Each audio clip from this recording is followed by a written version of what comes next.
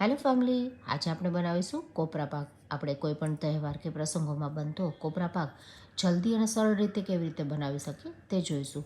તેના માટે એક કઢાઈ લઈશું. કઢાઈની અંદર 1 થી 2 ચમચી ઘી એડ કરીશું. ત્યારબાદ 2 કપ દૂધ લઈશું. ત્યારબાદ એટલી જ ક્વોન્ટિટીમાં 2 કપ કોપરું લઈશું. બધી જ વસ્તુને સારી રીતે મિક્સ કરી લઈશું. ત્યારબાદ આપણે અહીં મિલ્ક પાવડર ઉમેરીશું. મિલ્ક પાવડર ઉમેર્યા બાદ આપણે જે દૂધમાં કેસર પલાળેલું છે તે એડ કરીશું. ત્યારબાદ પૂર્ણ કપ ખાંડ ઉમેરીશું. ત્યારબાદ આપણે અહીં યલો ફૂડ કલર એડ કરીશું. જો તમે ન એડ કરવા માગતા હોય તો સ્કીપ કરી શકો છો. ત્યારબાદ આપણે અહીં એલચી પાવડર એડ કરીશું. ફરીથી આપણે અહીં 1 ચમચી ઘી એડ કરીશું, જેથી કરીને કોપરા પાકની શાઇનિંગ સારી આવે. હવે આપણે ત્યાં સુધી મિશ્રણને હલાવીશું જ્યાં સુધી આ મિશ્રણમાંથી આપણે ગોળી ન બનાવી શકીએ.